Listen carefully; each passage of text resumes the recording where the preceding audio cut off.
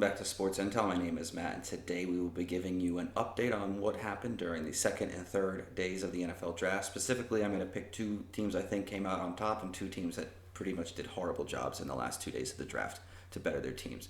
Now, as we all know, day one of the draft gets more attention, but quite frankly, many teams do get far better on days 2 and 3. So I think a lot of people skip over that, and I'd like to address that today. First up, winners, Carolina Panthers. Panthers did a great job bolstering their defense after finishing second in scoring in defense last year. Their new head coach, Matt Rhule, is ensuring that Carolina does not repeat that performance again this year. With the 38th pick, Carolina went with Yetur Gross-Matos, who may be speculated to have come off the board a lot sooner than he actually did. Considered one of the more talented edge rushers in the draft, Penn State product produced 40 tackles, 14.5 for a loss, and 9 sacks last season. He has the size to succeed in the NFL as a linebacker at 6'5", 264, and will be thrust into the starting lineup from day one, barring injury, of course. Panthers then made a move, traded up to pick 64 to take safety Jeremy Chinn. Much like Gross-Matos, Chinn was considered one of the best prospects at his position, and he should be an immediate starter. Coming off a Book Buchanan Award, Chinn is a versatile player, and he adds another young talent to this new-look offense. Combine those two guys with their pick of defensive tackle Derrick Brown in the first round, and these guys have a trio of defensive players that are going to start immediately and make a difference. Next up, the Jets. Big winners this weekend, I think. That's a phrase rarely uttered by anybody.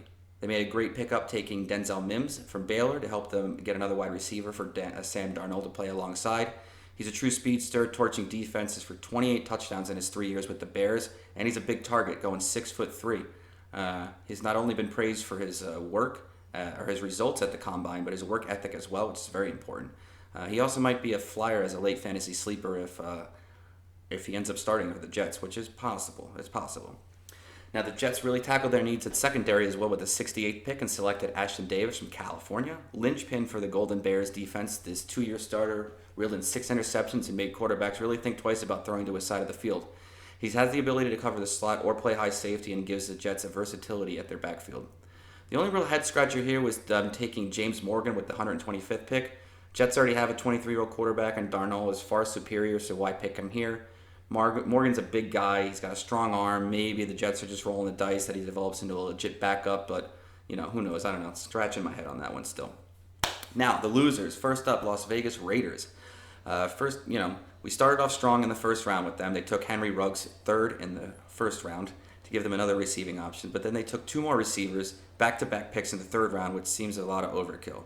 Started off by taking Lynn Bowden, 80th pick there. Interesting player, but there's much better options on the board at 80. He spent a little time at running back, has played quarterback, has played wide receiver. I'm just not convinced he's that good at any of those 3 positions to make an impact on a professional level. Next up, the next pick, 81st pick, they take Brian Edwards out of South Carolina. So now we got 3 receivers in the first 4 picks of the Raiders. They already have Hunter Renfrow. They already have Tyrell Williams. I don't know what they're doing here. They need help in other areas, and they've addressed none of those issues. And for me, the big losers today or this week are the Green Bay Packers, along with Aaron Rodgers. Last and also least, we get there. They end up in this category for the 3rd straight day, and I'm beginning to really question the sobriety of their front office. For a team that has such a legendary quarterback, they do not seem committed at all to actually giving him anybody to throw to. In fact, they're looking like they just want to alienate him. They're choosing to take his eventual successor in the first round and running backs in the second round. If their goal was to annoy Aaron Rodgers, mission accomplished. Kicked off the day by selecting running back A.J. Dillon, another head-scratcher.